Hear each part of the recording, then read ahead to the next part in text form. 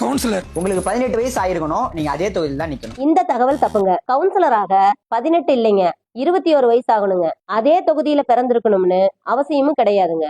அந்த லோக்கல் பாடியில ஓட்டரா இருந்தாலே போதுங்க. எம்எல்ஏ. 25 வயசு ஆயிருக்கணும், நீங்க அரசு வேலை பார்க்க கூடாது. எம்எல்ஏ இது பாதி கரெக்டுங்க.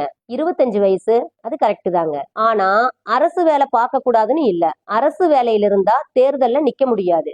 ஆனா அந்த வேலையை ரிசைன் பண்ணனா எம்எல்ஏவா நிக்கலாம். அமைச்சர். லோக்சபா அமைச்சருக்கு 25 வயசு ஆயிருக்கணும், ராஜ்யசபா அமைச்சருக்கு 30 வயசு ஆயிருக்கணும். நீங்க அரசு வேலை எதுவும் பார்க்க கூடாது. மினிஸ்டருக்குன்னு தனியா ஏஜ் ரூல் கிடையாதுங்க. மினிஸ்டர் ஆகணும்னா எம்பியா இருக்கணுங்க. லோக்சபா எம்பிக்கு 25 வயசு, ராஜ்யசபா எம்பிக்கு 30 வயசு. அதனால இந்த ஏஜ் டிஃபரன்ஸ் மினிஸ்டருக்கு இல்லைங்க, எம்பி கேட்டகரிக்கு மட்டும்தாங்க.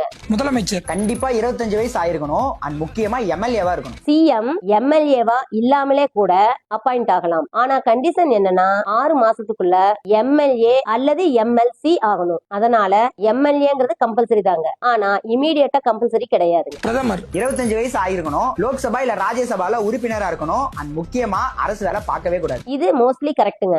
லோக்சபா அல்லது ராஜ்யசபா மெம்பரா இருக்கணுங்க, அரசு வேலை பார்க்க கூடாது. இது நான் அப்பவே சொன்ன மாதிரி தாங்க. கவர்மெண்ட் ஜாப்ல இருந்தா ரிசைன் பண்ணிட்டு பிரைம் மினிஸ்டர் ஆகலாம். குடியரசுத் தலைவர். 35 வயசு ஆயிருந்தாலே போதும். இது கரெக்ட் தாங்க. கவர்னர். 35 வயசு ஆயிருக்கணும், பார்லிமெண்ட் மெம்பராவோ இல்ல ஸ்டேட் லெஜிஸ்லேட்டிவ் மெம்பராவோ இருக்கக்கூடாது. கவர்னர் 35 வயசு ஆயிருக்கணும், பார்லிமெண்ட் மெம்பராவோ இல்ல மாநில சட்டமன்ற மெம்பராவோ இருக்க கூடாதுங்க. இதுவும் கரெக்ட் தாங்க.